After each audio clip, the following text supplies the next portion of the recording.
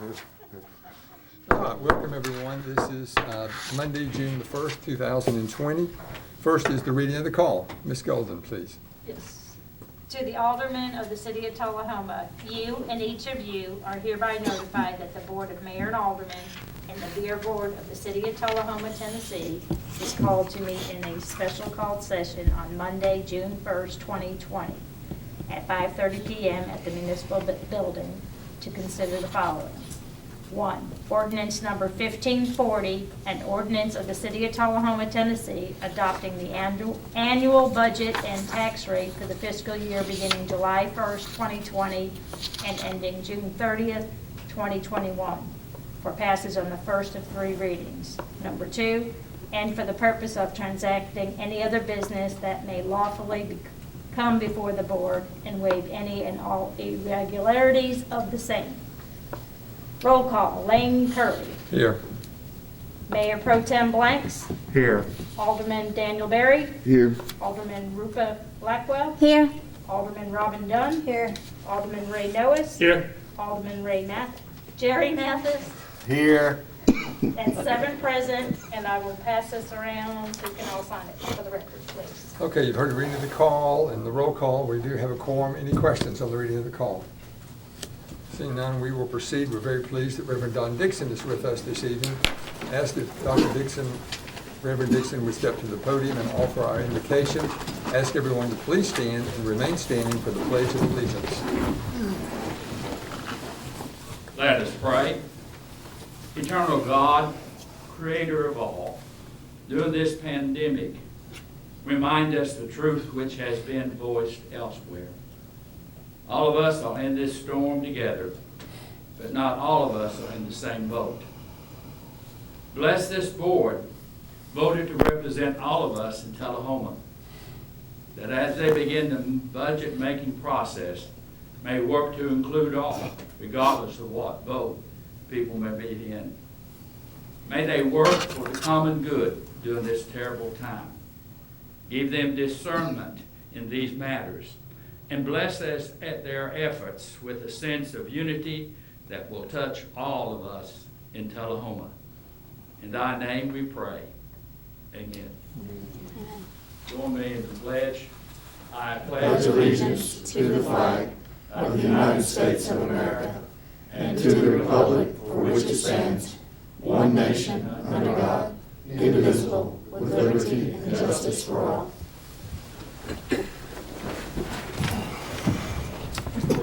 Thank you, Pastor Dixon. Appreciate you being here. All right, I'm not aware of any commendations, certificates, proclamations, awards, or special presentations this evening, so we will proceed with the agenda. Any comments from the citizens? Seeing none, we will proceed. Ready for board reports? No report, sir. Mr. Mathis, thank you. Mr. Berry? No real reports. Do we have a birthday boy up here, though? We do. Oh, happy birthday, sir. Thank you, Alderman Berry. Did have a comm center meeting last week. Prepping to, there's possibility, there was a bill, I don't know how it went, but the county still may do something looking at separating, cutting the comm center off the county's budget. So there were some conversations about that. We don't know if it'll happen. We'll find out come budget season. And that was kind of the big conversation there. And then talking about some of the joint things and discussions that some of the chiefs have had in updating some of the equipment there. It's a really important service to the entire county. That's it, sir. Okay, thank you, Mr. Berry. Ms. Blackwell? I have, we had a tourism council meeting this past, about 2 weeks ago, I think, and a Zoom meeting, of course. And we are moving forward with finding printing for the rack cards that we're putting out. I know that Mr. Brooks has gone to local vendors as well as other vendors and is looking for the best pricing and best bid, I guess, is what the verbiage is for that. We had a planning commission meeting as well since then. A couple of things that came up on them were subdivisions, and I felt like when I tell people that we're talking about subdivisions, sometimes they freak out and think we're talking 40, neighborhoods. Sometimes those come up, but a lot of the times it's just like a 2-acre plot of land being divided into 2. So I wanted to say that. And I had one other thing that I think some of you know that I wanted to talk about as well. And I want to read this statement out to you all. But as a brown woman, I think I'd be remiss if I didn't say something about the issues our country is dealing with right now. I prayed about whether to say something and doubted whether or not I should be a voice. But I want to say something right now, since we are on TV, directly to our African American community. I am sorry. I am heartbroken, and I hear and see your pain, the hundreds of years of oppression and the lack of change in a system that has led us to the events this past week. Upon writing this, I chatted with a high school schoolmate of mine. I'm not going to call him out by name, but he reminded me that Dr. King said, "Injustice anywhere is a threat to justice everywhere." We are caught in an inescapable network of mutuality, tied in a single garment of destiny. Whatever affects one directly affects all indirectly. We are learning every day how to become better allies. I am. I know I'm trying, and I know everybody here is. And we know that your lives matter. If you need me, I'm here as your ally and your advocate. We all want a Tullahoma where every citizen feels like they belong here. And I know this isn't an easy task, and I promise to follow this statement with action. I will be hosting my next Coffee and Conversations, God willing with COVID, on July 2nd from 12 to 2 p.m. Still trying to figure out a location. But I'd encourage and like for members of our community, all members of our community, to come out and talk with me about their experience with race relations. Location TBD. So I'll put that out on my social media, as well as send to the paper for when there what's happenings and stuff like that. And thank you to the paper for putting those out there. Very nice, And thank that's you. it. Appreciate your initiative, and very well said, thank you. Thanks. Anything else? No, Okay. that's it. Thank you, Ms. Blackwell. Dr. Blanks. Thank you, Mr. Mayor. Since it's glad to be back up here on the dais with everybody with masks on. Eventually, we'll get rid of the mask, hopefully, but it's glad to be in person rather than through the Zoom meetings. We've all become quite accustomed to Zoom meetings. I'd rather be in person than apart. Had a Duck River in-person meeting last week. We have plenty of water. The Normandy Reservoir is at full summer pool, probably a little bit higher. They're releasing quite a bit below Normandy. So, those of you that are kayakers or just occasional river rats or canoers or whatever, if you put in at the dam and go to Cortners, be super careful. There was a tragedy there this weekend at Cortners, and there's been, Mother Nature and the river can get you if the river's going fast. So be careful out there. TUA met a couple of Zoom meetings. This next time we will, in the last couple of months, we should meet in person. Everything's going well with the electric system. Supposed to be at a national conference for the APPA next week, but they went virtual on that as well. So a lot of the meetings and stuff where there were going to be a lot of people together, they've either been postponed or put off till next year. If you're out and about, I would encourage you to wear a mask if you're out in public. I know they're aggravating. Some people up here are choking because they're not used to wearing them. But some of us have to wear them 8+ hours a day, and so it's a thing we need to do. Not specifically to keep myself safe, is to keep the ones that are at risk safe. I know there's some people that sort of wah about it, but this won't last forever, and we'll get through it. And it's good to see everybody's face up here tonight. And if you have to shop locally, and we appreciate it. That's all I have, Mayor. Very good. Thank you, Dr. Blanks. Ms. Dunn. Yes. Well, I will start with, I did a composting video with Lanham Library last week. We made a presentation. It was a live Facebook event, so that was really fun to be able to do that with them and talk about how important it is that we compost, that we can help offset a lot of our landfill use through composting. And if people are still interested in having a composter, they're available still at Public Works, right? Are they still there? Okay, and they can call 455-1768, and Jackie will help them out. So those are available through a grant that Carol Fulmer secured with Interlocal Solid Waste Authority. So thank you very much to Public Works and to Carol for all their hard work. We are installing the rain garden. The rain garden is happening. The rain garden is happening next week. So we'll get some schedules out. If you are wanting to volunteer, we're going to do that as safely as possible. So if you're interested in being a part of that, that's going to be at East Lincoln, and I'll send more word out about that. I'll be talking about it specifically at our Go Green meeting tomorrow night. That's going to be at 5 o'clock. We're going to be outside across the street from City Hall to kind of talk about it. I'm going to have the cube on display, so we'll have that. I created a cube out of a PVC pipe. So if you've got one of those, the trash carts, they're 96 gallons. You put them out 52 weeks out of the year. If you filled them up to the top, 96 gallons times 52 is almost 5,000 gallons. So in a cube shape, that's almost 9 feet tall, wide, and long. So each household in Tullahoma, if they were to fill that up all the way to the top, we're putting that out every single year in Tullahoma. And so that's 10,000 of those, because there's 10,000 trash carts. That's a layer that's 100 long, or a layer of 100 of those cubes, and it's 100 stories tall. So that's what we're doing, each year in Dyersburg. That's the reason why our Public Works Department is the second most expensive that we have, is because of what we are using it for. So I want to encourage all of our citizens to do what they can to offset those costs and to be just be responsible. We've got to let's take care of our neighborhood so that the people of Dyersburg can take care of their neighborhood, so that everybody can take care of their neighborhood. So that's going to be on display tomorrow. If you're wanting to join the Go Green meeting, that'll be 5 o'clock. And I have to say a big, big thank you to the Rice family of CFC Recycling.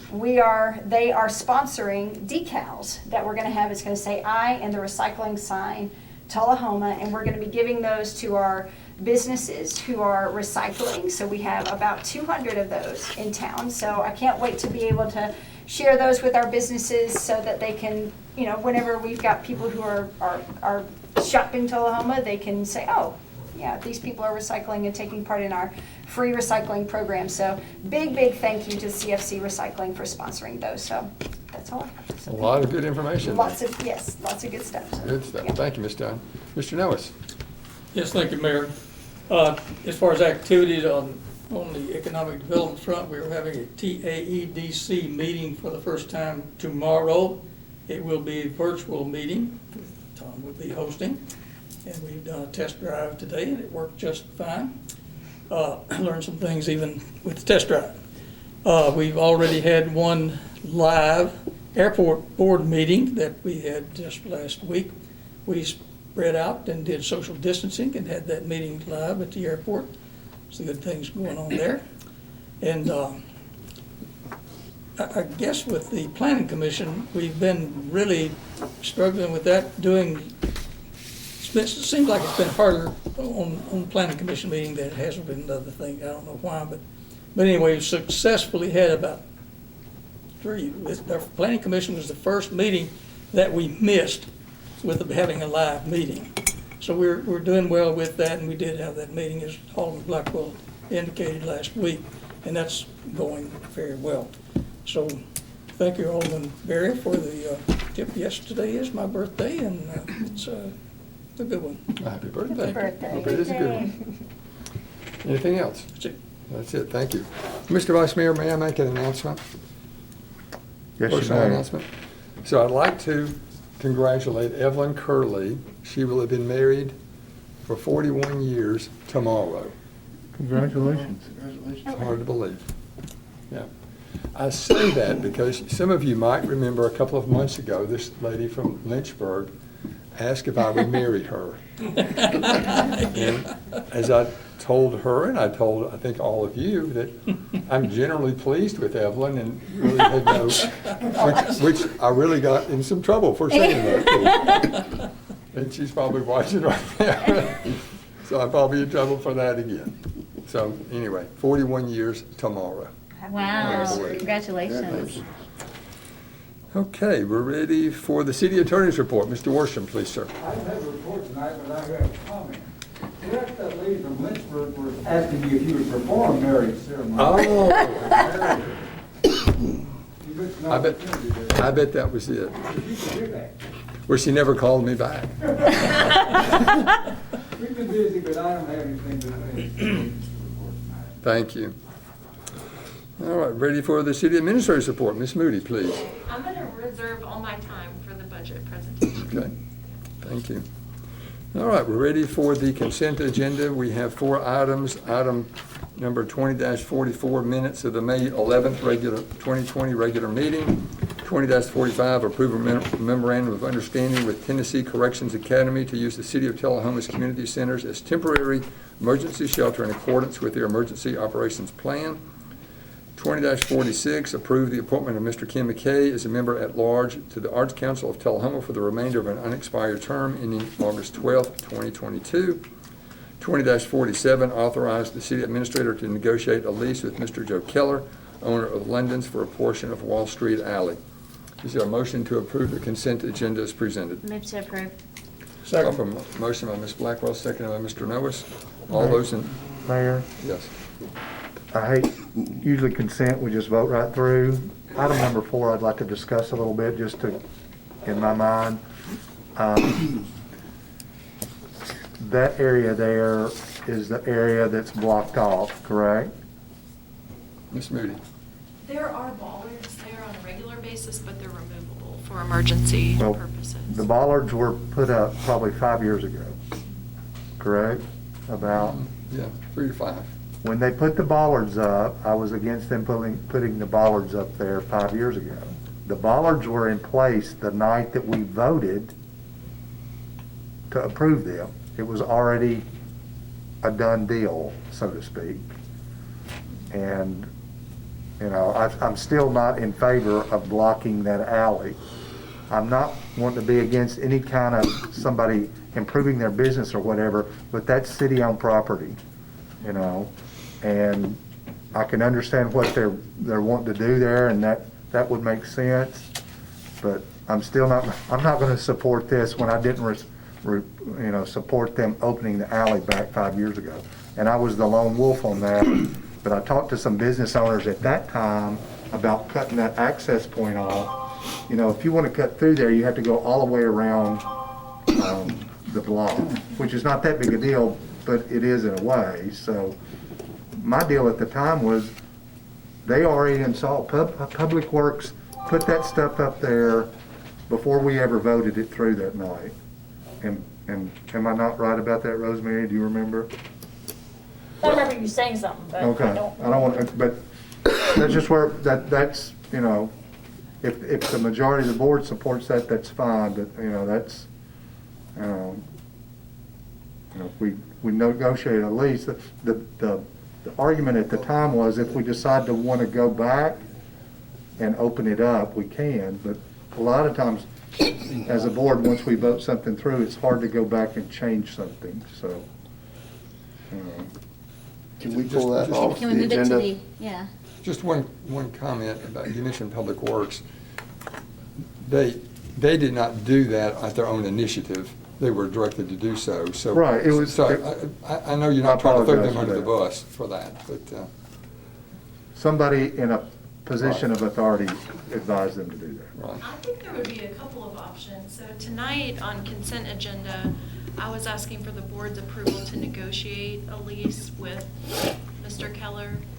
That's why the actual lease is not ready for you to review. We haven't had back and forth negotiations yet. What's occurred is he's kind of talked to me about his ideas. This seemed like maybe the simplest solution to help him extend his beer permit and liquor license onto the property. I don't think it's the only way to solve that problem. Yeah. So we had, Steve Worsham's drafted a lease, and then before we present it to Mr. Keller to kind of have the back and forth conversation, I wanted to get your approval to, in concept, negotiate a lease of the alley. So that's all we're doing tonight, is approving that next step. So But understanding what your concerns are, I definitely would carry that into Well, the you know, conversation. some of us have been to New Orleans and walked up and down Bourbon Street, you know, sometime in our life. Bourbon Street puts bollards up at night. During the day, that's an open thoroughfare. Right. And that was, you know, my thing was, this was done, and we never did have a discussion to where that could have been one of the ideas. And it still could be. But, you know, it's like, scratch that scab on me that's 5 years old today. When I looked at it, I was like, should I say anything? Yeah, I voted against it then, and, you know, I want you to know about it now. So that may be something we might want to think about. But those bollards are up there pretty much 24/7, 365 days a year. I don't know if they've ever been pulled up. They may have. I think so, yeah. Not So do you mind if it? No, that's fine. Yeah, just go with this next step, then it's got to come back, and then we can hash it all out. Okay, Is that with everybody? that's okay by me. That's all we're doing, this first step. Would it not be better to go ahead and see the lease prior to our voting? Well, Mr. Keller's not seen it yet. It's just I've only prepared a draft of the lease, and then I've looked at it. We're gonna talk to Mr. Keller about that, kind of in general, before we actually have a draft of something that you'll. We'll have the lease in our agenda packet when we vote the next time. correct. I guess the question would be, if there was enough here to vote no to say no to doing it, should we go through all the trouble of paying to have a lease done? And Well, I think that's why you could consider pulling it off the consent agenda to vote on it individually, so you know if there's support for the concept. Well, when I looked around a minute ago, there were 3 or 4 other heads that were nodding yes, that wanted just to go ahead and let them go through this part of the process anyway. I mean, I think we need to respect the fact that, you know, we've got a merchant that wants to, you know, expand the business. And for us to cut it off at this point is not very respectful to the merchant, actually. But we don't even give it a go, give it a try. Well, I have a draft of the lease ready that I've already shared with Ms. Moody. We could have that lease for the agenda next week for y'all to look at. It's just the beginning of a document from which we can negotiate. It's already done. Yeah, I think it's the access issue. Obviously, that's one of the reasons why we want to retain ownership. We're not advocating to sell the property, but to keep ownership and lease it so that we keep access for emergency purposes for the general public to use as a pedestrian way.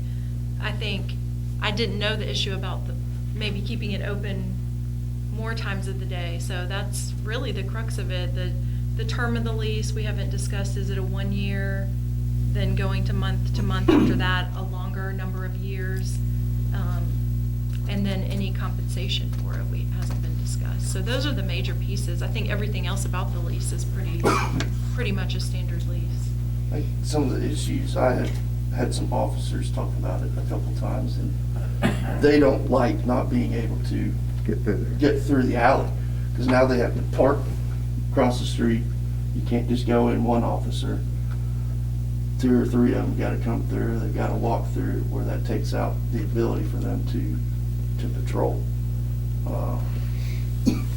I think if the lease would address some of those issues, then I'd be okay going forward looking at the lease. But I just don't want to. But isn't there a parking lot back there that you can pull into? It's full on Friday, Saturday night, and now you only got one parking lot because the other one's blocked off. So you're parking. It's tough. Yeah. Like, I'm all for, we talked, and I love what he's wanting to do there. But I think there's some issues that hopefully the lease will address. All right, is that all right with everybody? It's okay by me. We've got 4 items on the consent agenda. All those in favor of the consent agenda as presented, vote green. Opposed, vote red. Motion passes 7-0. Let's see, Ms. Moody, I see no other old business. Is that correct? Correct.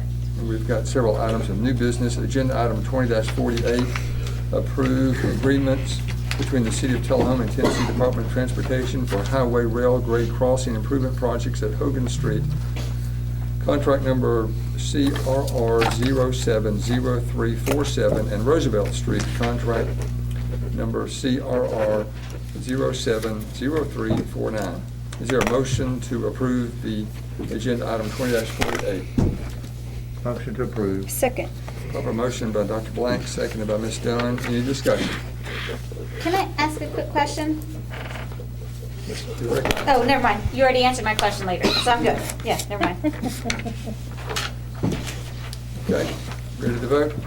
All those wishing to vote for agenda item 20-48, vote green, opposed, vote red. Motion passes 7-0. Resolution number 1827, a resolution establishing the in lieu of tax payment for the Tillman Utilities Authority for fiscal year 2021. Is there a motion to approve? Motion to approve. Dr. Blanks, second by Mr. Norris. Any discussion? I'm trying to understand what this is. Okay. So Tullahoma Utilities is a public utility, and like governments, we don't pay taxes.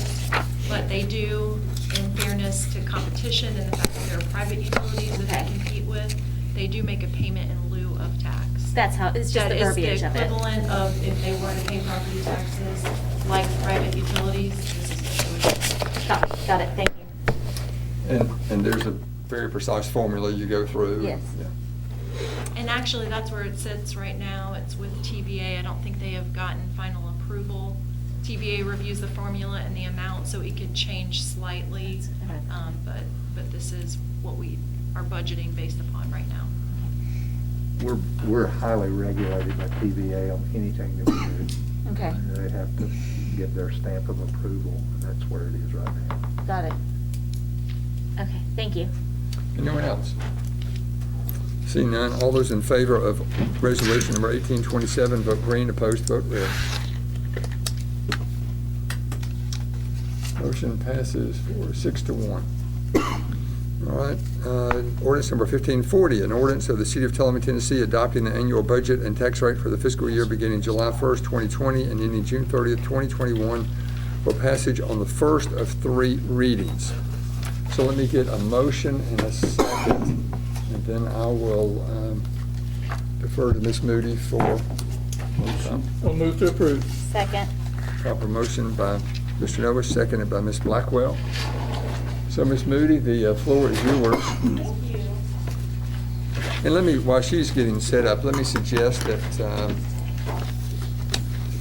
particularly for the newer members, that should you have any questions, and this is a public document, would encourage you to request a meeting with Ms. Moody and sit down and go through it until you feel comfortable with it. She and Ms. Wilson and others have worked very, very hard to prepare this. Once again, and for the umpteenth year in a row, there's no property tax increase. And she will go over the assumptions that she has made in order to prepare this document. So, Ms. Moody, the floor is yours.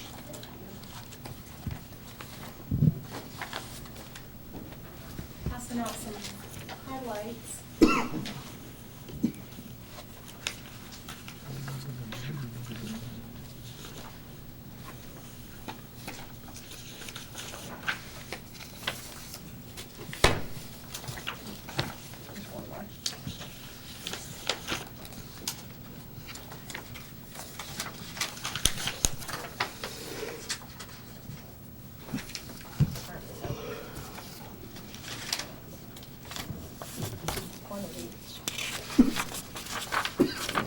Of the 3.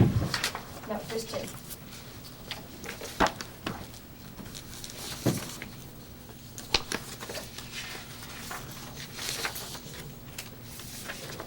As you can imagine, this has been a pretty difficult budget year. It's like trying to work with a moving target. And we had a lot of discussion coming into this budget over whether we should even do maybe a continuing budget and kick the can a little further down the road. But at the state's encouragement, they really want to see us pass a budget. So what the approach we've taken has been to be very cautious in how we've budgeted, and I'll go into that in some detail. I would say, as you know, the COVID-19 has really affected us and continues to create a need for us to adjust how we operate and provide services. I'm very proud of our city employees I feel like they've really risen to the occasion in the face of what are constantly evolving events. Haven't seen them miss a beat doing it, and I really give all the credit to them and the leadership of our department heads who are all here tonight. I always ask them to attend the budget meetings. I believe that we've taken what are reasonable and financially responsible steps to contain costs across the board, while we have maintained our service levels in all of our most essential areas. Tonight's presentation, I like to do it in two parts. Those of you that were here last year remember we actually did this on 2 different nights, covering revenues one night and expenditures the next. So again, I know that I'm going to throw a lot of slides at you tonight. I've tried my best to condense this down, knowing that it's one presentation. What we'll do is the first part, I'm going to look back at the current year and kind of help you understand where we're ending. We're in the last 30 days of our budget year. I think understanding that we're going to finish strong in a good financial position is important to understanding what we do going into the next 12 months. And then the main thing, and why this is, I think for most city managers, this is kind of like our Christmas, we say, because we get to celebrate our staff and talk about some successes. So if you will, indulge me. I enjoy showing these highlights. So this is truly a year to celebrate some accomplishments. We have a number of new projects and initiatives that have launched in this year. You'll remember we dedicated the Limbaugh Animal Shelter, had the inaugural season of our Farmers Market Tullahoma. It's actually continuing right now every Monday night at South Jackson Square Park, and has been a phenomenal success. I actually would love for us this month to recognize the market manager, Lynn Atelski. From the inaugural season where we had no money budgeted and we just did everything on a shoestring and the best that we could, this year we've actually, with Rosemary Golden's help, established a permitting process, and our farmers market is self-sufficient, meaning actually profitable, in the amount that they raised in permits this year is more than what we have spent in advertising. So really proud of the work that she's done in putting this together and making it a success from day one. This year, Mayor Curley launched a new initiative, as he has done every year, this time creating an entrepreneurial ecosystem in Tullahoma. And we are working the vision to become Tennessee's capital for rural entrepreneurs. We welcome 2 new aldermen to the board, Alderman Berry and Alderman Blackwell. We hired the city's first IT manager, David Jernigan, sorry. And he has really been working hard at upgrading all of our computers, security patches, making everything much more reliable, getting us ready for higher speed internet, which I'm very excited for, and Office 365 that will help us to share files and work more efficiently together. We hired a new superintendent in Public Works, Eric Pierce. You remember him, I think only person I met from Shelbyville with the Boston accent, and hired a new police chief, Jason Williams. He just finished his 6 months of probation, and I think we'll keep him. He's doing a great job. He's really honored all his commitments to engage with our police officers and be very approachable and make what I would say a huge culture change in that department. We began online permitting and credit card acceptance at Planning and Codes, finished up downtown repairs and paving, and as you know, we're starting construction of a new park at Silver Street. We also have a lot of community partnerships and have had a lot of visitors to Tullahoma this year. We hosted AOPA's regional fly-in, being the only city to have ever been selected twice to host that international event. And then I don't want to steal any of Tom's thunder. You'll hear from TAEDC next Monday night. But I did want to say we've had a number of successes in bringing jobs to the community. Enable Comp was a Franklin-based company that expanded to Tullahoma and has brought 200 new jobs. TE Connectivity announced a $15 million expansion this year, creating over 100 jobs in the next 3 years. And as we can see, those things are still on track. Hobby Lobby's announced, taking over a part of the Kmart building. Can't wait to see that. And we continue to offer our business loan programs. I think last time I checked, we had over 20 active loans through that program.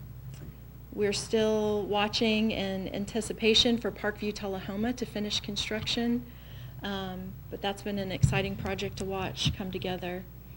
And then, as you know, I think our fire department does a great job every year, but I was really intrigued with these statistics.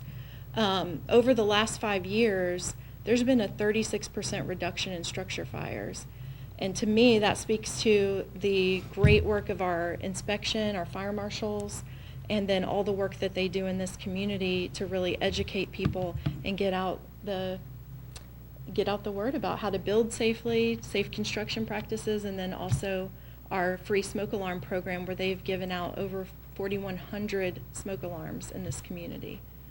At the same time, I wanted to recognize that their calls for medical response have increased 65%. So the EMT advanced incentive pay that we started this year, I think is really important because it shows where their work is evolving to. It's more and more medical emergencies. And we've made sure that we continue to fund that in this year's budget. Again, lots of good community partnerships to celebrate. We had. I think you missed one on the previous page. Oh, did I? I'm not sure. Well, I thought I saw about the new park on East Lincoln Street. That was on the first one. Okay, thank you. Yeah. So in here, just talked about the community partnership, the quick response that we had to make repairs at Johnson Lane. And we've been excited to open that back up recently. We're also continuing, like I said, technology is a big one, so we're continuing to upgrade our financial management system. We finished that Avoca Road and Riley Creek traffic study, which we hope to have funding sometime in the future to pay for those near-term improvements. And we had an additional $50,000 that we put into street paving this last year. Just recently completed a lot of that work. We've completed the CD Stamps roof and HVAC replacements, and we finished our first year of a 15-year Americans with Disabilities Accessibility Transition Plan. So a lot to celebrate. And Alderman Dunn mentioned a lot of the successes with Go Green. I didn't know if you remembered, but that was a great partnership there where we had a local artist paint a student's drawing about encouraging recycling and reducing your impact. And then I have to mention this year, Tullahoma's name recognition, I think, has skyrocketed as Dustin Lynch debuted his new album. It came out number 4 on Billboard's Top Country Albums chart. I remember Chief Chastain got to be on, what was it, the Top Hot Country Top 100? Top 20. Top 20, see? Number 1. Yeah, so we're becoming a household name, guys. That's what I'm telling you. Very exciting. We also saw Machine Falls at Short Springs. They were selected for the Tennessee Vacation Guide cover. And we've released new branding for our downtown, new marketing brochures for the region that we're setting out. Well, we've got to get them printed first, but they'll be out at all of the visitor centers and destinations, like Jack Daniels has agreed to put it in theirs. We are continuing to apply for grant funding for a number of projects and have been selected and are participating in the Innovation Academy with 10 other communities in the TVA region, continuing to move that entrepreneurship initiative forward. And then most recently, you may have seen this news release where a think tank called Heartland Forward released a study. Tullahoma, Manchester metropolitan area ranked in the very top of the Heartland region, which is America, not the coast, but the middle of America, very top in job creation by small businesses and entrepreneurs. And they specifically noted us as number 1 in the region for our concentration of people with bachelor's degrees and above opening those businesses. So it's really exciting. We feel like it just underpins exactly the efforts that we are saying that we have the assets and the talent here to really be the capital for entrepreneurs in Tennessee. So we're very excited. And then you remember we had our groundbreaking ceremony on the Tullahoma Police Department. So they are very quickly building out that second floor as we speak. Now, that was the look back. Looking forward, I think it's best to start with a review of our budget goals. Just the overview, our proposed budget is a balanced budget. Now, local governments are legally required to pass a balanced budget, but we are very intentional, I like to point out, in managing our future expenses to what we anticipate our revenues to be. We do anticipate this coming year, as I've told you before, to use some of the city's fund balance, but we have done that in levels consistent with our financial policies. And generally, our budget is contributing to these strategic objectives. We want to be fiscally responsible, responsive, and effective government, creating a vibrant and diverse economy that is safe, sustainable, and a healthy community. So that is what we're trying to do with our budget. Next, talk about revenues. Like I said, that's where we start. If we don't know how much money we're going to have, we can't talk about how we're going to spend it. So we start with our major funds. As you can see, sales tax, property tax, and then those tax equivalents, like the pilot that you passed tonight from TUA, those make up roughly 80% of all our revenues that we collect in a year. That's why we talk so much about property tax and sales tax and how they're affecting us. The other 20% come from those state shared taxes that are shared back to us at a per capita rate. And then things like the wholesale beer and liquor and all other revenue. So all other charges, fees, interest income, court fines, all of those things make up that last 10%. With only a month remaining in this fiscal year, you will recall we amended the budget and we've already reduced it down 2.5%, about $760,000. That was to reflect that our property taxes are coming in about 2% below anticipated. Now, we may still collect some of that revenue. We have seen it seems like there's a higher number of delinquent payments this year. But also, I think we feel like we're still feeling the ramifications of losing Goodrich and their property tax dollars in the community. So that's why you see property tax revenue is flat right now. And in our budget, we had anticipated a 2% growth. Sales tax, we anticipated 4%. We're actually up about 5%. We still have 2 months of sales tax collections to receive, but it's been interesting to watch. We're cautiously optimistic. In March, I want to say this right, in May, we collected the revenue from sales in March. And across the state, they were down about 1%. In Tullahoma, we were up 5%. I think Coffee County was up even more than that, about 12%.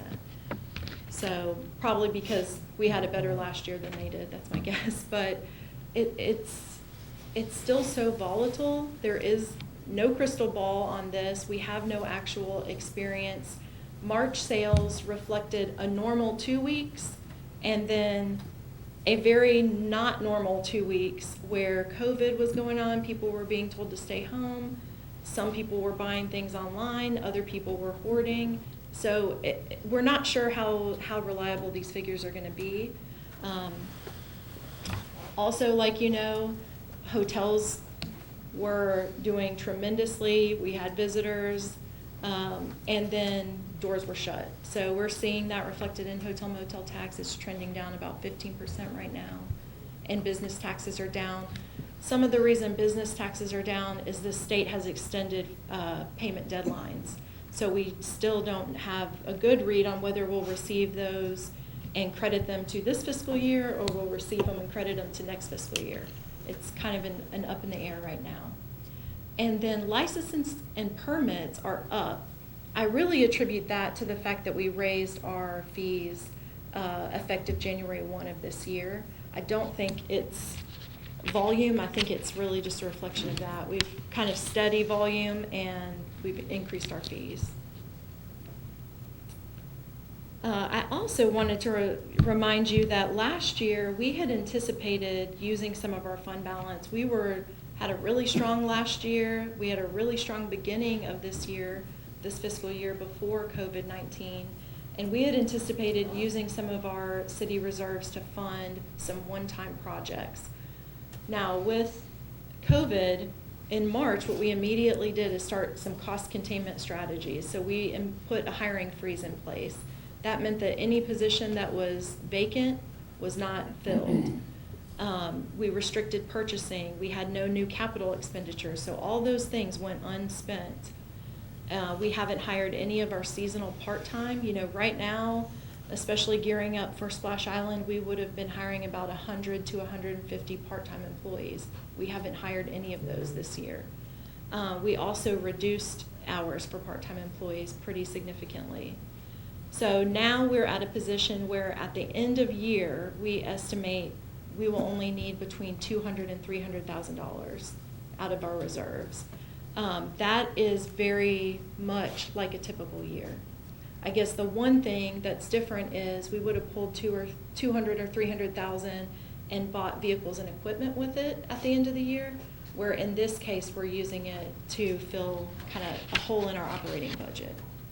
But I still feel very good about where we're ending and that we've been able to reduce that quite a bit. Talking again about the state, normally, you know, again, atypical budget year, I'm not usually focused on what the state's doing, but this year, across the state, the governor is telling departments to cut 12% from each of their budgets to anticipate no growth or declining growth in their revenues. They're seeing unemployment numbers lag by about 4 months. So these numbers are from March, the very beginning, and Coffee County had a 22% unemployment rate. It's anticipated when the April numbers come out that they will look even worse. Now, I'm still of the opinion that I think they look worse and then they recover pretty quickly, but we don't know. So I just want to share this information with you. You have the same information that I do. It's very difficult to estimate revenues in a time like this or try to anticipate how people will spend, what consumers are going to do, how sales tax is going to look in a time like this. We do know, this is another slide from the state economists, we do know that it significantly affected almost all industries and some more than others. I don't think you'll be surprised by any of these. Arts, entertainment, recreation, hotels and food services greatly impacted, manufacturing, our retailers, and then health and social services. Especially, remember, these are March figures, so back then all elective type surgeries were canceled, all dentists, eye doctors, everybody was closed, so they've been severely impacted.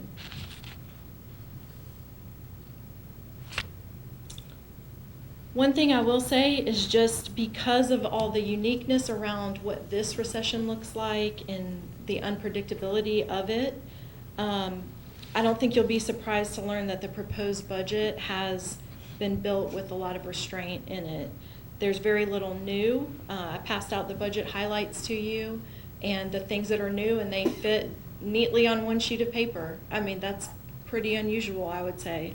But there's very little new or difference in this year's budget. We've cut at least $10,000 from every single city department and our friends, our Tullahoma Airport and TAEDC. So everyone has shared in this burden. And then this was intentional to pass a very lean, a very base budget, and for us to continue to restrain our spending for at least the next 4 months until we get some actual revenue collections experience behind us, and then we can take a look in the fall at if we can make some additions back in. So some of the things that were cut, can we add those back in? Some of the priority needs that were not funded, can we put those back in? I kind of said it's like we're going to eat ramen and peanut butter and jelly right now, and hopefully we can have steak later. Looking ahead, I'm really hopeful that locally the impact is going to be much less than these statewide averages. And we will be able to add back in many areas. We're just going to do that when we have the revenues actually in hand, rather than anticipating them and being wrong. It's certainly been a challenging time and to forecast revenues. And again, I'm really proud of this team that has worked together, especially our finance director, Sue Wilson. And I feel like all of the essential needs are met right now. Okay, so property taxes. No property tax rate increase has been proposed in this budget. We're not asking for that. As you know, Tullahoma has not raised property taxes in 20 years, except for 2 times. And the last time was in 2013 after a reappraisal. And at that time, all of the increase was dedicated to school debt and capital improvements for schools. It's my commitment to this board. I'll continue to work at reducing the property tax burden in Tullahoma. I've provided these illustrations. I want to show you that since fiscal year 19, the city has reduced both the property tax rate and has reduced it in real dollars. The average home's property tax bill is about 4.5% less today than it was in 2018. And that's a result of us maintaining the rate that we have. Meanwhile, some values are going up. And the other thing about property tax revenues I wanted to remind you is that they're growing pretty slowly because we only receive increases when we have new developments or remodels that add additional new square footage. We are, again, experiencing a higher than typical number of delinquent and late tax payments this year. And we're hopeful that there's some significant new developments like Parkview Tullahoma that will come on to the tax rolls in this next year. And when we see that, we'll be able to adjust that. Okay, sales tax. I thought last year at this time I was showing you how, based upon our trend, this was expected to be the first year that sales tax dollars collected will surpass property tax dollars collected. And while we still are waiting to see how the year ends, just a projection, I think we'll meet that. I still think we'll meet that this year. Heading into next year, we have forecasted a change in that pattern. Again, like I said, we're taking a base budget approach. If real numbers come in more, we'll add money back. But just not planning to spend money we don't have.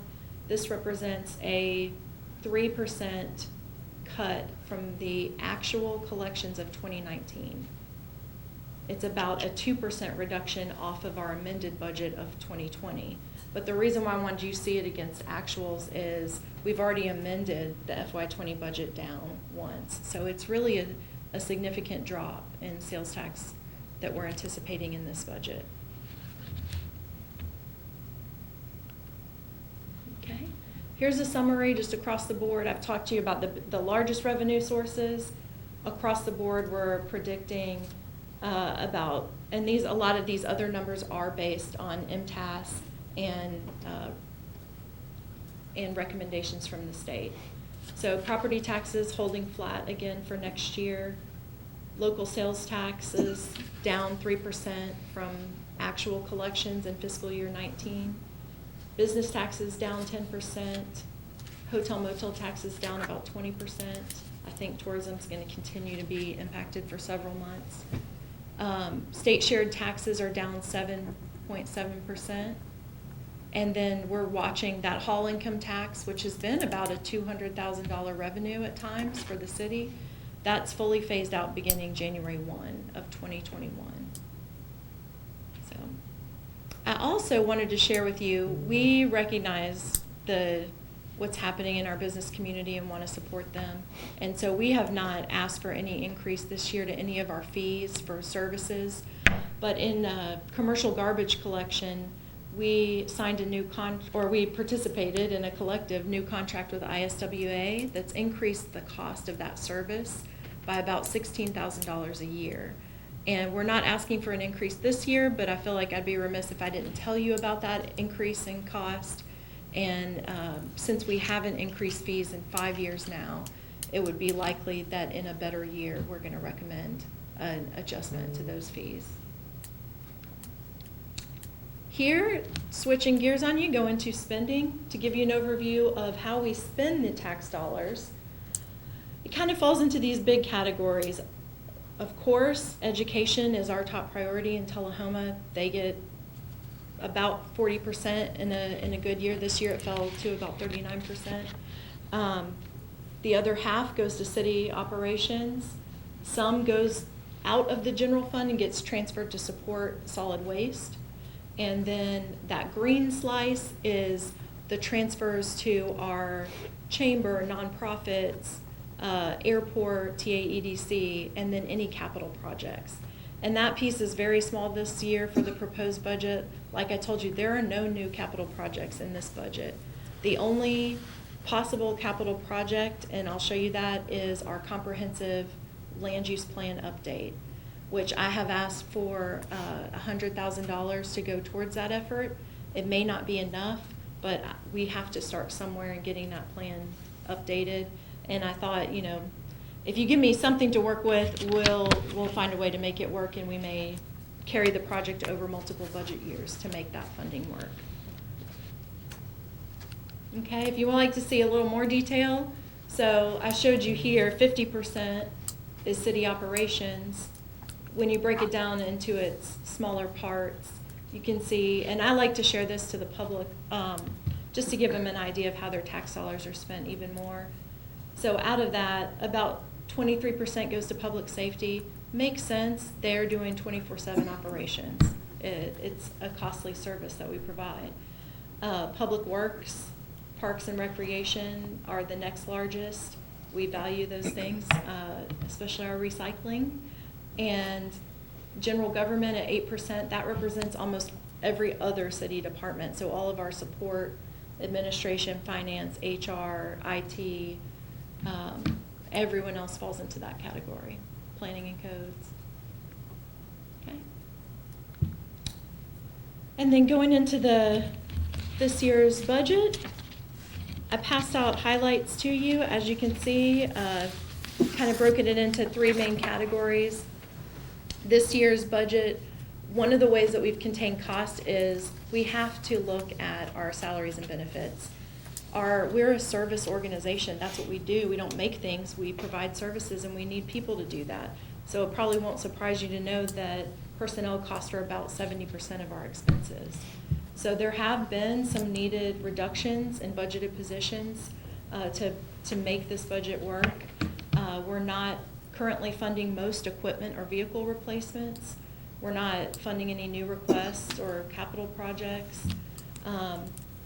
And I think there will be some impacts to our services, but we've kept them, like I keep saying, to the essential services are there. We have put in step raises for our city compensation plan. We have not made any adjustments for cost of living. So we always watch the index on that. This kind of economy, it's not a good time to even look at that, but it's trending under 1%. So for right now, we're not recommending any change to that. This also happens to be a year that we did a market study. So with the type of plan that we have, about every 5 years, you should take some of your jobs and go out and test them, make sure that they're still competitive with the market, and we did that this year. And because of our strong raises and how we have funded the plan every year, we still are on target. I think if we can get through this year and continue to have about a 3 or 3.5% raise next year, we will stay competitive with the market. We also have had a really great year. Again, this is not my credit. This is a credit to the health and wellness of our employees, the work that Human Resources does with our Wellness Committee and our Safety Committee. We have had a great year, and our health insurance plan costs, there's no increase to either on the employer side or the employee side. No changes proposed. Our general liability expenses, our workers' comp expenses, all of those are flat or returning dividends to us. So we've had a great year in terms of that. We've limited funding for special events in this budget. I'm sure you imagine we're not going to be doing as many concerts in the park and things like that we would typically do. And we have tried to continue a priority on our programs. So while we've had to reduce funding across the board, we did still keep funding for the Entrepreneur Initiative, Go Green, our Tennessee Downtowns program, our Arts Council, our Tourism Council, and our outside agencies. As I say, I think retaining our talented employees and being attractive for new employees is our top priority. So we've got to make good on the commitment to fund our step increases.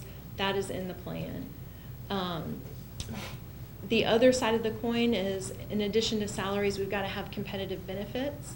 And so I put this slide in here just to kind of remind you once a year of all the benefits that we do offer for our employees. We also had some good news recently that Delta Dental, recognizing challenges that are going on across the country, they are giving employees back a 25% credit on their last 2 months of premiums. So it's something small, but it's very noticeable. We also, public entity partners, that's the city's insurance carrier, they have come up, their board passed I want to say a $7 million program, emergency relief program for cities. And they've sent us, or intend to send us, a dividend check of about $40,000. So every little bit helps, and I think we're very appreciative of these vendors helping us during this time. Okay. Now, in addition to talking about turnover and top talent, turnover and retaining our police officers beyond 5 years of service has been a significant challenge for many years. This year, I'm really proud to present to you a recommendation from our police department that I think should finally help us address this competitiveness gap and help us be a top employer of choice for police officers. Chief Williams, this hasn't been an easy discussion, especially in this environment, but he's in agreement that we use salary savings from eliminating a vacant sergeant position in our investigations division. You guys remember Sergeant Harry Conway that left us to go up to Alaska and live I think a lifelong dream to go to Alaska. We never backfilled that position. And so it can help us transition from 8-hour shifts to 12-hour shifts. And I think it's a fair trade-off in this environment. The transition, what it would do is currently we have employees scheduled on 3 8-hour shifts to cover the 24 hours. They'll move to 2 12-hour shifts with an A and B rotation on each of those. This change is the single most requested policy change from existing employees. And before Chief Williams got here, I had personally reviewed 5 years of exit interviews to kind of understand what the issues were. This was the most frequently mentioned item that came up as a recommendation for us to look at. And that was on top of the fact that I was very proud to see across the board, they said our pay and benefits are competitive. But to see people that we had trained and had so much promise and hope for their growth here, to see them leave, and sometimes leave for less money, because they were saying they wanted to have the opportunity to get weekends off with their families. They wanted to work the 12-hour shifts. We had to pay attention to it. When Chief Williams got here, it was around the same time that I was fortunate. Alderman Blackwell helped Nathan Watkins find his way to me. He was an intern that worked with me for a semester.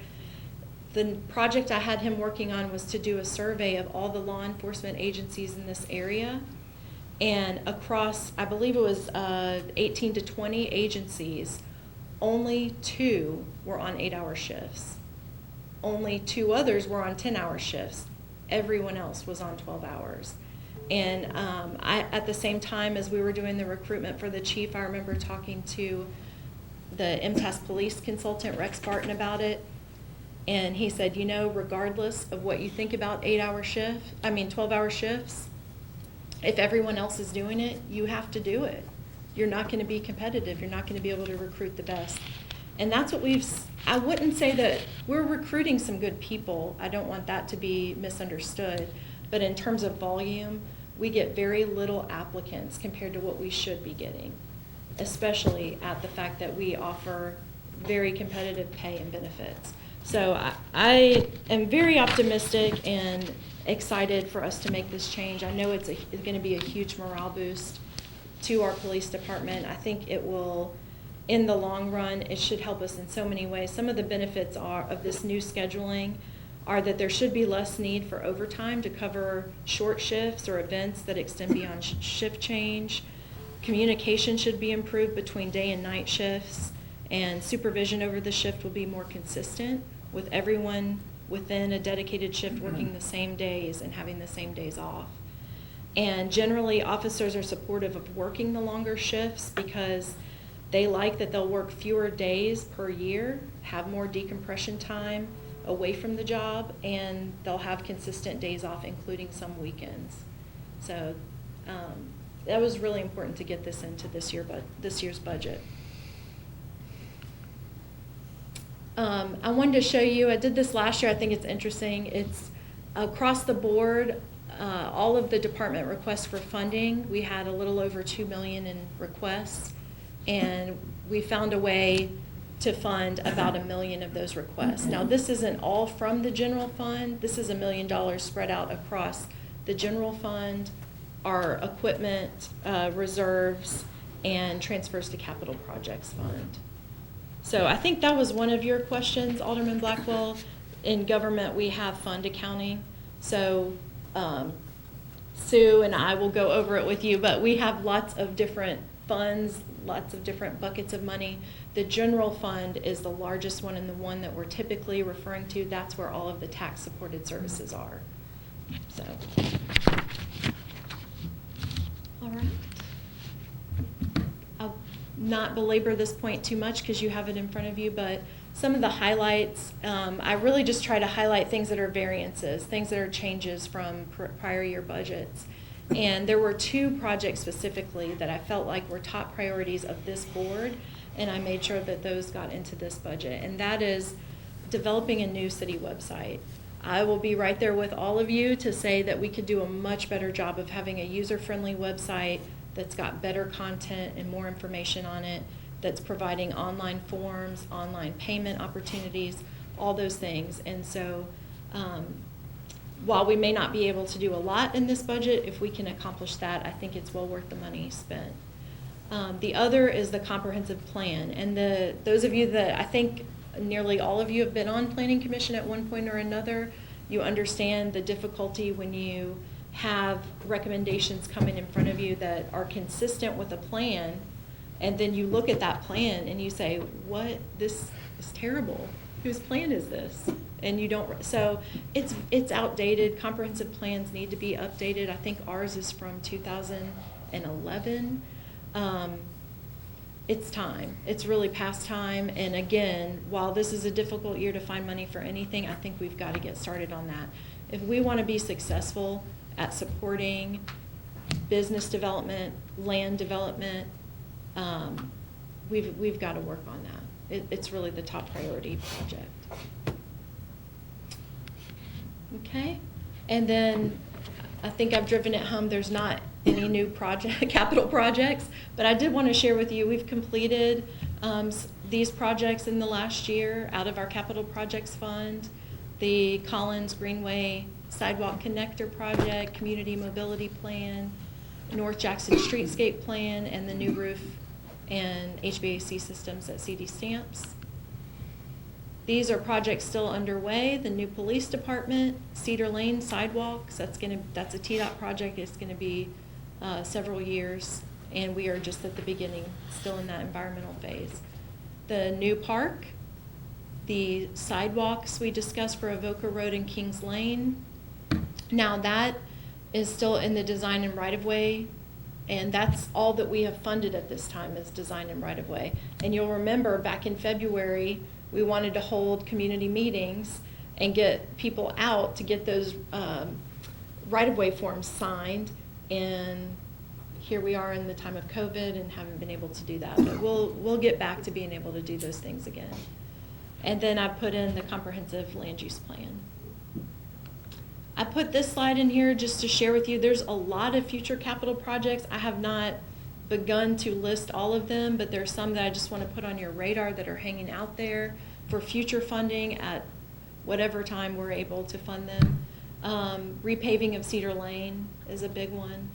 Replacement of the dehumidifier at the indoor pool. I forget, I think it has maybe a 15-year, 20-year life on it, but we're getting toward the end of that life cycle. The sidewalks for Avoca Road and Kings Lane, we've got to fund the construction of those sidewalks. The south side of South Jackson parking improvements. Avoca Road, like I said, we did this traffic study. We haven't implemented the near-term safety improvements yet. They continue funding the ADA transition plan. That's going to be every year for the next 15 years. We haven't started any of the physical improvements under the North Jackson Streetscape plan. There's lots of needs in downtown Tullahoma. As you know, we have acquired some properties down there. We need to spend some money on improvements. City facility building maintenance, I would say that's across the board, but especially City Hall comes to mind as we move the police into their new building, what to do with the space that's left. We need to start looking at that. And then William Northern, we have a future project. Obviously, I think several of you have noticed the increase in traffic, and we expect even more as Parkview Tullahoma opens. And I'm sure I'll hear from those wanting a signal at that intersection. So now's the time to start thinking about designing that intersection and where the future roadway should be. And we've started looking at it a little bit because of the Cedar Lane sidewalk project. So we've been designing those sidewalks to where we think the future William Northern will be. And then lots of improvements at city parks and at Short Springs have been requested over the years, so I put that there. Keep that on our radar. Okay, some streets capital projects. And their various stages. Again, most of those are TDOT projects. They're 5+ years or more in development. I will leave it with this. We're on first reading tonight. Next Monday, we'll have second reading and presentations from the independent agencies. Our Tullahoma City Schools will be here. Our brand new schools director, Dr. Stevens, will be here with Jason Ray. I've had the pleasure of meeting her. I cannot wait for all of you to meet her. I think she's going to be phenomenal. We'll have Tom Robinson representing the Tullahoma Area Economic Development Corporation and John Glass with the Airport Authority. And then on June 22nd, we'll have our final reading of the budget. The mayor will read his mayor's budget message, and any topics that we haven't discussed, I'll be prepared to discuss with you. So, do you have any questions at this time? Go ahead. In reference to Splash Island, Mm-hmm. when are you going to, or are we going to open Splash Island this year? We've got a brand new facility, Mhm. and it's just sitting there. That is true. So I will say, and I'm glad Kurt's here, he's heard me say it to him, but I'm glad to say it publicly.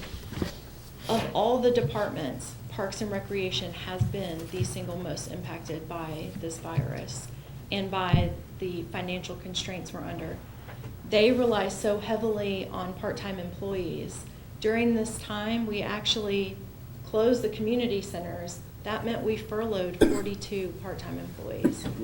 Now that CD Stamps was still having their roof construction, so we've kept it closed. But even when we opened DW Wilson, we're running it only on full-time staff. And we have moved staff around, so a staff person that would normally have been doing concessions is doing maintenance work or sitting at the front desk. So it's a lot of operational changes have gone on in Parks and Recreation. We have been able to keep open the indoor pool because of our full-time staff and only needing a couple of part-time lifeguards to come back. And fortunately, their certificates were either still valid or could be extended.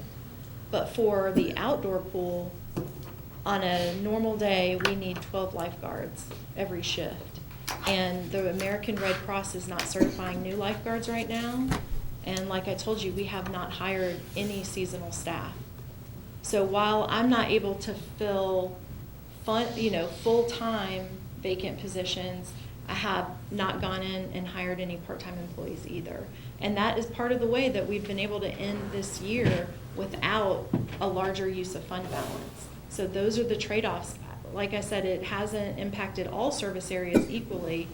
It has significantly impacted Parks and Recreation. Then probably the swimming pool will not open. Probably. I'm like you. My heart does not want to say those words. I am very concerned about our ability to get lifeguards and staff to be able to open the pool. What this about our year. baseball facilities? I know now sparingly they can be used. Yes. Actually, Kurt Glick, our Parks Director, is spending a lot of his time right now talking to some different tournaments and leagues about how they get back on the fields and how we operate safely. How are they doing that, Kurt? What are the people around us doing? You in want to come up here, regard to Kurt, so they can get you on the microphone?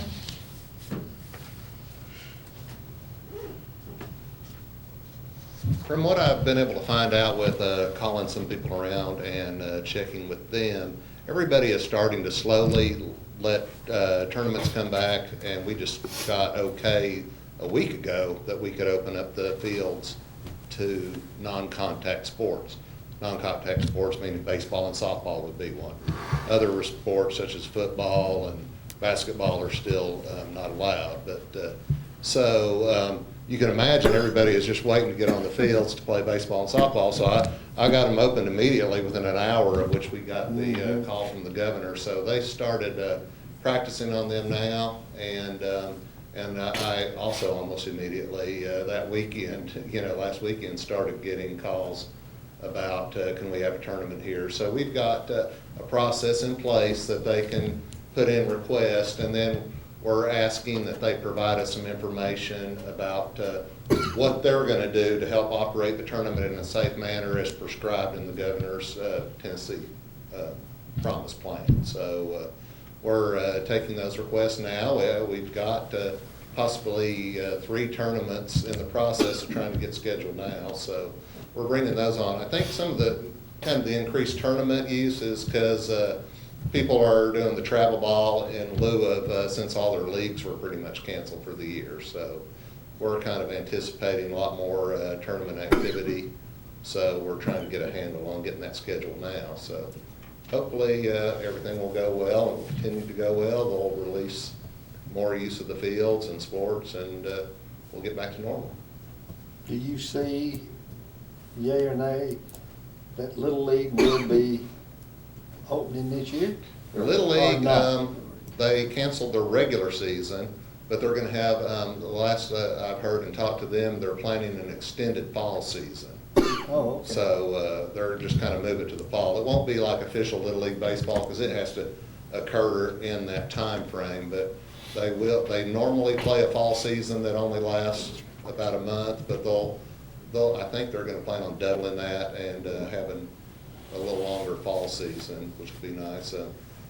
So, that could be a ripple effect of some impacts of some other sports such as Frank Mullen football or soccer. When you start moving the spring sports to the fall, that could have some effects on other leagues, but we'll just have to wait and see what happens there. Have you heard anything, of course I'm out of that loop now, about high school football and things like that? I think they're still planning on playing. I haven't heard Are any they? definitive thing that they're not going to play, but I It know might that be they're going to start difficult. practicing and things like that. So, no contact practices and stuff like that, I believe. That's hard to do with football, isn't it? Right, yeah, well, I guess I got to get in shape first. So. Okay, I didn't know that about Little League. I didn't know that they had called it off until the fall. Right, yeah, they did.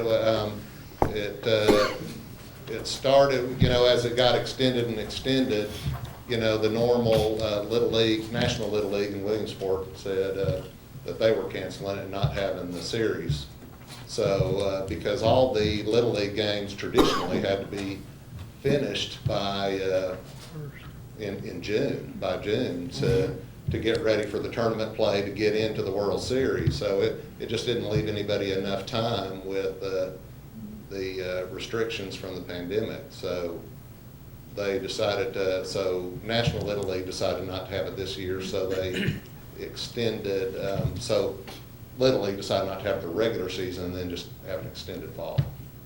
So what you're saying also is that probably we're gonna go back to like it was when I was young, we're gonna go to the creek and swim. Because you're not gonna have one to swim here.